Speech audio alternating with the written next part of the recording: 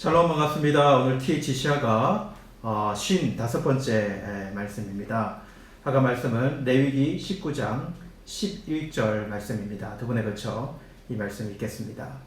너희는 도둑질하지 말며 속이지 말며 서로 거짓말하지 말며. 레위기 19장 11절. 너희는 도둑질하지 말며 속이지 말며 서로 거짓말하지 말며. 레위기 19장 11절 말씀. 여러분 반갑습니다. 오늘은 하나님 앞에서의 어떤 하나님 앞에서의 정직에 대한 말씀을 좀 나누고 싶습니다. 여러분 오늘 이 말씀은요, 우리 읽은 말씀은 특별할 것이 없는 말씀이에요, 그렇죠?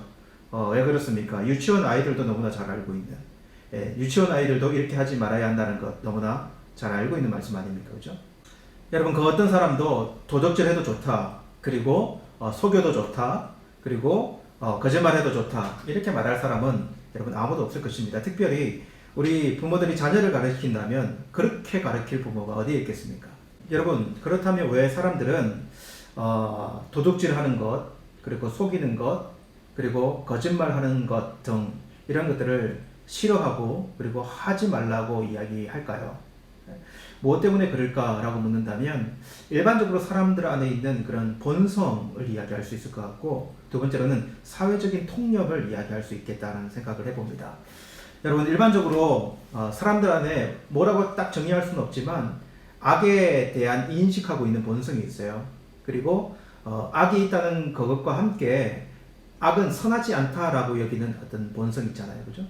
그럼 그런 것들이 어디서 왔을까요? 사람은 그것이 양심 혹은 그 마음속에 있는 이 도덕률 있잖아요. 사람의 도덕률. 이런 것을 가지고 이 악에 대한 것을 사람들은 평가하고, 그리고 그러한 정신을 분명히 가지고 있다는 인식을 가지고 있다. 그런 장치가 있다라는 생각을 해보게 돼요. 여러분 그렇게 문명이 이렇게 교류되지 않던 시대에도 다른 대륙들에 한 번도 문화 교류를 하지 않는 그러한 민족들끼리도요, 여러분 이러한 사람들끼리 사회적인 법들을 만들고 그리고 그것을 지키지 않습니까? 근데 그 내용 안에 보면 이러한 내용들이 꼭 들어가는 것이죠, 그죠? 그래서 두 번째로 사회적인 통념도 분명히 작용한다는 것을 우리는 알 수 있어요. 그래서 그 통념을 가지고 법도 만들고, 그것이 잘못되었다고 어릴 때부터 아이들을 가르치고, 그리고 다른 사람들에게 피해를 주는 것은 나쁜 것이기 때문에 이러한 것들은 꼭꼭 지켜야 한다는 것을 가르쳐 갑니다. 자신만이 아닌 사회에서 어떤 질서를 세워야 하는지 모두가 인식하게 되는 것이죠. 그리고 이러한 통념이 아주 강한 사회, 조금 느슨한 사회가 있기는 하지만 대부분 바른 사회일수록 이러한 통념이 강하다는 것을 생각해 볼 수 있어요. 여러분 그렇다면 이렇게 도덕적인 양심과 사회적인 통념이 있으면 도둑질하는 것, 속이는 것, 거짓말하는 것이 하지 않는 것이 정말 쉬운 일인가라는 생각해 보게 돼요. 정말 쉽지 않습니다, 여러분, 그렇죠?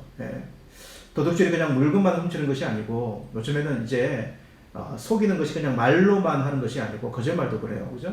점점 세상이 발달할수록 보이지 않는 직접적인 재산권도 있고, 그리고 다른 사람들을 교모하게 속이는 이러한 기술도 훨씬 더 발전되어져 간다는 생각이 해봅니다.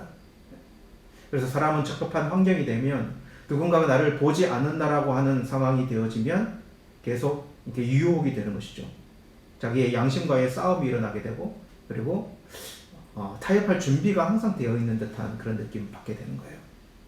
세상은 이러한 연약한 사람을 알고나 있듯이, 그래서 CCTV가 편의점마다 설치되고 길거리마다 CCTV가 설치되고 있는 것 아니겠습니까?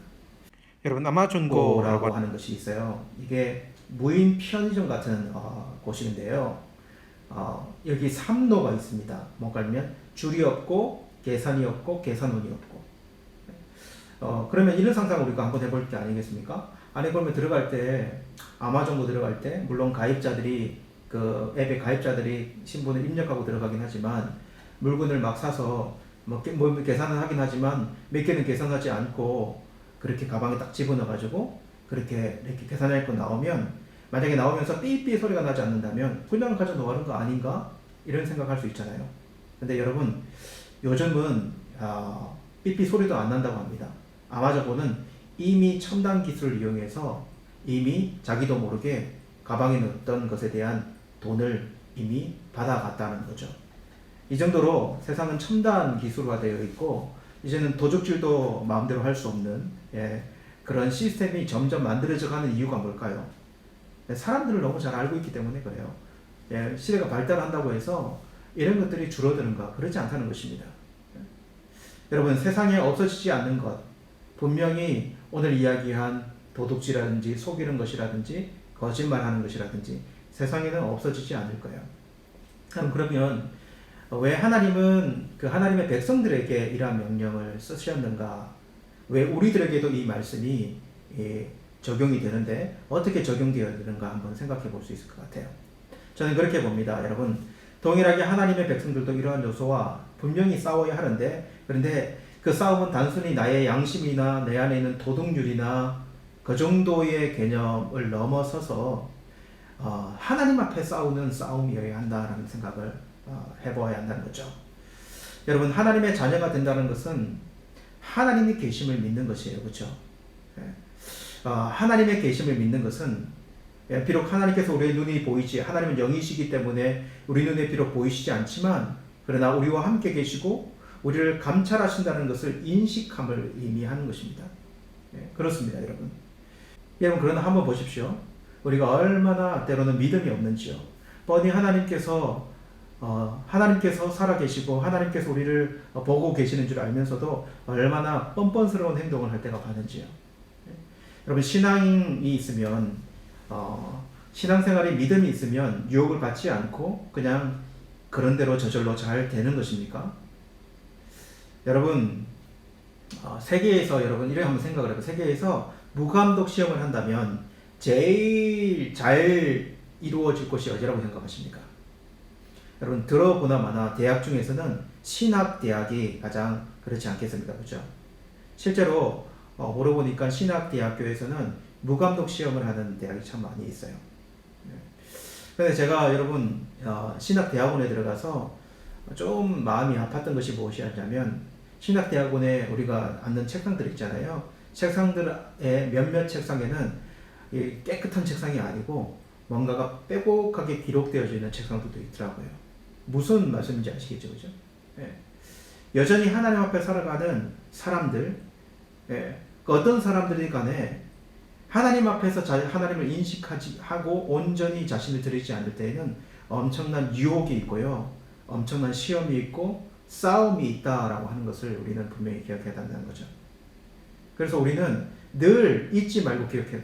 자연적으로 우리가 하나님을 인식하며 사는 것이 아니라 하나님이 살아계심을 매 순간 인식하고 정직하게 우리가 하나님 앞에 서 있다는 것을 고백하면서 우리의 삶, 우리의 행동들을 점검해 나가지 않으면 우리도 언제 거짓말과 속이는 것과 그리고 도둑질하는 것에 넘어지며 살아갈지 모른다라고 하는 것이죠. 그래서 오늘 하나님 앞에서의 정직 다시 한번 돌아보면서 저와 여러분들을 세우는 우리들이 되기를 간절히 원합니다. 이 말씀 다시 한번 읽겠습니다. 너희는 도둑질하지 말며 속이지 말며 서로 거짓말하지 말며. 레위기 19장 11절 말씀.